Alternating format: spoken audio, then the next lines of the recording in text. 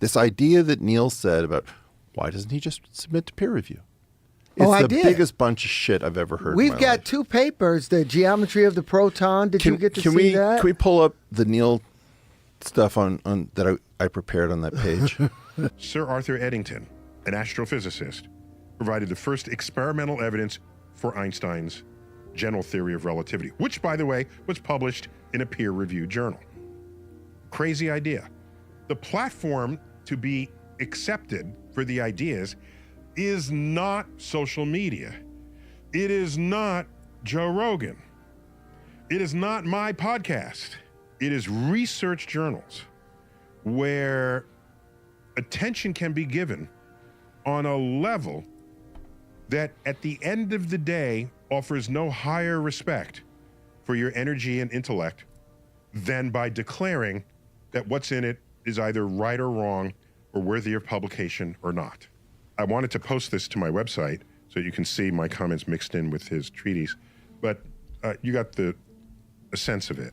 Thanks for listening. Okay. I want to be very careful about my words. Neil is not unaware that you are never going to get your hearing in a peer-reviewed journal. Your ideas are going to come through. You're a self-taught, autodidact polymath. And Neil's right.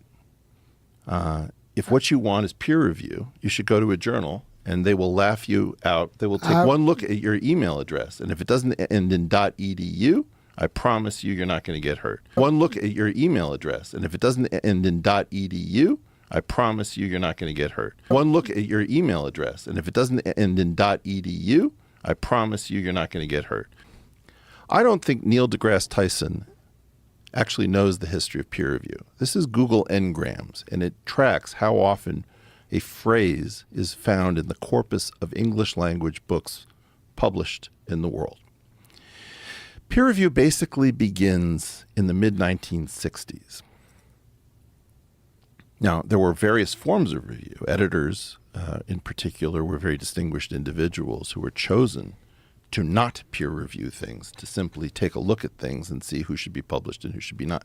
More or less, from what I can piece together, Ghislaine Maxwell's father, who started Pergamon Press, he figured out how to destroy science and make a fortune by blowing out the number of journals and forcing every university to subscribe to every journal that he could figure out how to publish, because to not subscribe to all of the journals required an admission that you had an incomplete library.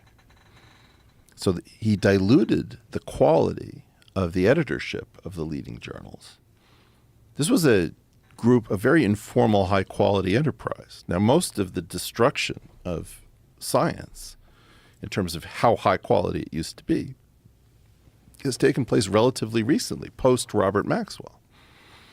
Because now we have an enormous number of journals staffed by people who can't spot publication cartels where we agree to cite each other's work and we agree to publish stuff, pay for play. All of the nonsense that you see with irreproducible research comes after this peer review thing. The peer review thing got woven in so that people think that the scientific method and peer review are effectively the same thing, where one is an unwanted infection from the biomedical universe, which had peer review much longer than everything else. Neil is giving you a very cursory back of the hand brush off. This idea that Neil said about why doesn't he just submit to peer review? It's I the did. biggest bunch of shit I've ever heard.